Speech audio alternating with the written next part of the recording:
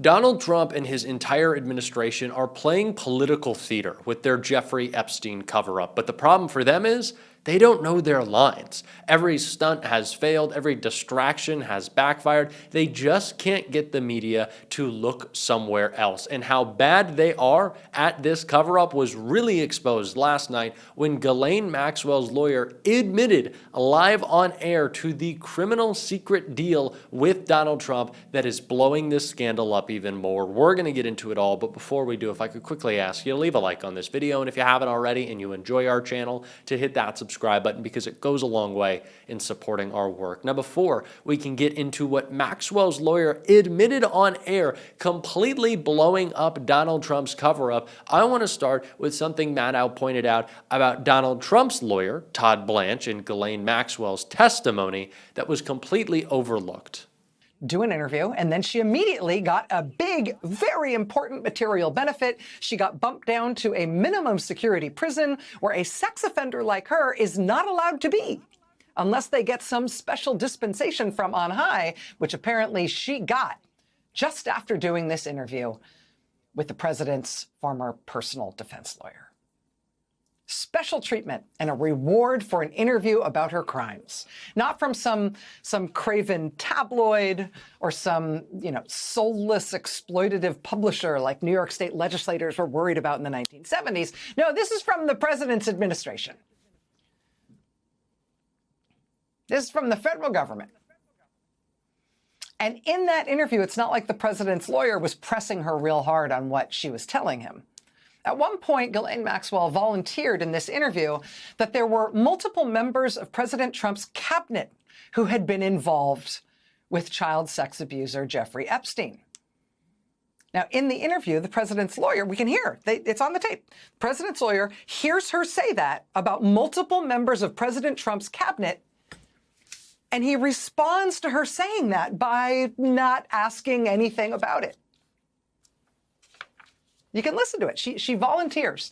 Members of Trump's cabinet, people who the president's lawyer would value as colleagues, she says. She says they were among the people who she knows socialized with Jeffrey Epstein. She says that bluntly. And then listen to how Donald Trump's lawyer responds to that. Listen to the long pause he greets that information with, and then he just leaves it sitting right where it is and moves on to a different topic. Did I think these guys were coming for that? I really don't. If you met Epstein, there is no way that this cast of characters, of which it's extraordinary, some of you in your cabinet, who you value as your co-workers and would be with him if he was a creep or because they wanted sexual favors. A man wants sexual favors, he will find that. They didn't have to come to Epstein for that.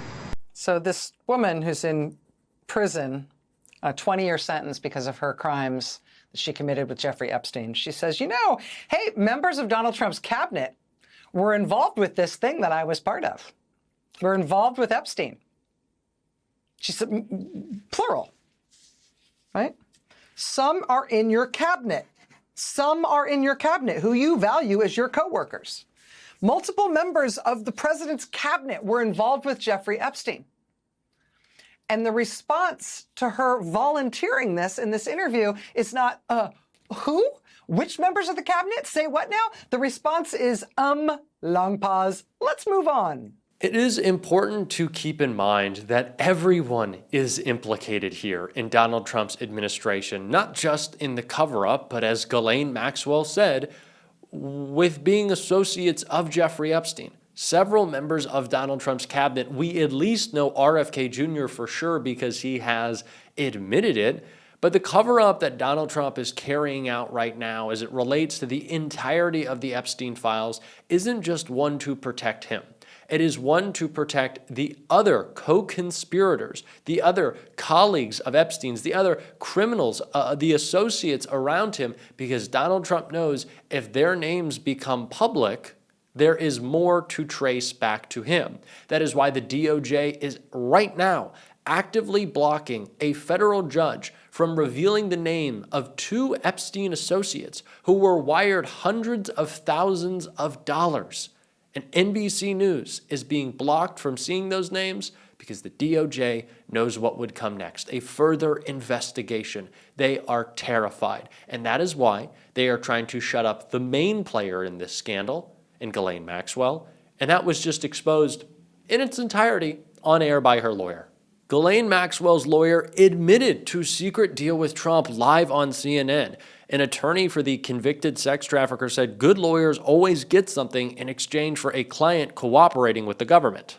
An attorney for convicted trafficker Ghislaine Maxwell told a CNN panel that defendants like his client who cooperate with the government typically do so in order to get something in return. During an appearance Monday on CNN Newsnight, attorney Arthur Adala told host Abby Phillip that he didn't know the details of Maxwell's transfer to a lower security prison after she met with Trump's Deputy Attorney General Todd Blanche in July. But asked why Maxwell was moved to cushier prison following the two-day interview, Adala said he could talk in generalities. When anybody who's represented by a lawyer who knows what they're doing goes in and meets with the government, there's always a quid pro quo, he said. You don't just take your client in and say, let me talk to you about something. They wanted information from, hypothetically, anytime the government wants information from a citizen, the citizen says, well, I have a right to remain silent. If you want to give that right, I need something in return. Usually, the exchange results in a plea bargain, he continued before interrupting himself to ask another panelist, former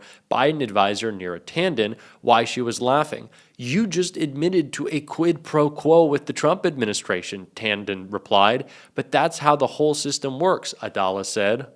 Maxwell is serving a 20-year prison sentence for helping lure, manipulate, and groom young girls for the disgraced financier Jeffrey Epstein, who died in prison in 2019 while awaiting trial on trafficking charges.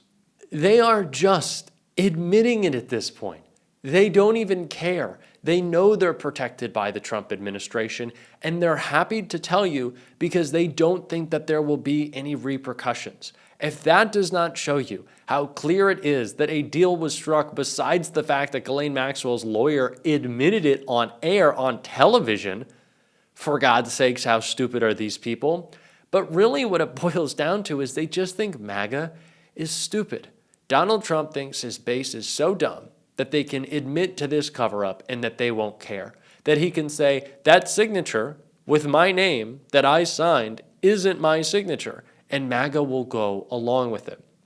That is what they think of these people. That is how dumb they think that they are. And do you know what? They're kind of right about how stupid MAGA is. MAGA is very dumb. So if you're a Republican, maybe stop being so stupid. I really don't know what else to say. We're kind of at that point. If you believe Donald Trump now, you have always been in a cult, which we know to be the case. But this is truly just some obvious BSing, some obvious cover-up happening right now, and they don't even seem to care. But it is increasingly obvious that the rest of the country does. And Rachel Maddow broke it all down right here. On this document, pretty immediately, other examples were obtained of President Trump signing his first name in various contexts right around that time, and the signature from those other uncontested signatures of his, I don't know, looks pretty exactly the same. I mean, just a layman's understanding of these things, but here, look. This is the birthday book for Epstein that has Trump purportedly signing it, Donald, in 2003. Here, the New York Times publishes an example of a book Trump signed to Jeffrey Epstein in 1997, Donald. Here's the Wall Street Journal publishing an example of a letter Trump signed Donald in the year 2000. Here's the Wall Street Journal publishing an example of a letter Trump signed Donald in 2006. Now, I'm no forensic handwriting expert, but if the White House is hinging its whole defense against how ferociously creepy and suspicious this all is on how much these signatures don't all look alike, how much these signatures don't look like each other, if that's their defense, that's a terrible defense. This is the sitting president of the United States.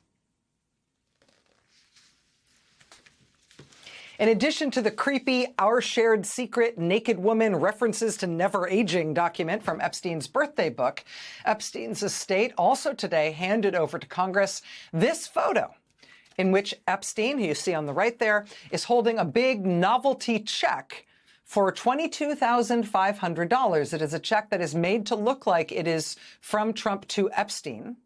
So it's Trump purportedly paying Jeffrey Epstein more than $22,000. The caption alongside the photo, which the Wall Street Journal says was written by a longtime Mar-a-Lago member, indicates that the check is because Epstein sold to Donald Trump a, quote, girl who is described as, quote, fully depreciated for $22,500. What's that about? This, of course, comes after President Trump said just earlier this summer that the reason he had a falling out with his longtime friend Jeffrey Epstein after 15 years of friendship was because Epstein, in Trump's words, stole a young woman from him. One of Epstein's sex trafficking victims, who Trump says Epstein stole from Trump's spa at Mar-a-Lago. Real normal stuff here, you guys. Real normal. I mean, what in presidential history even approximates a scandal this disgusting?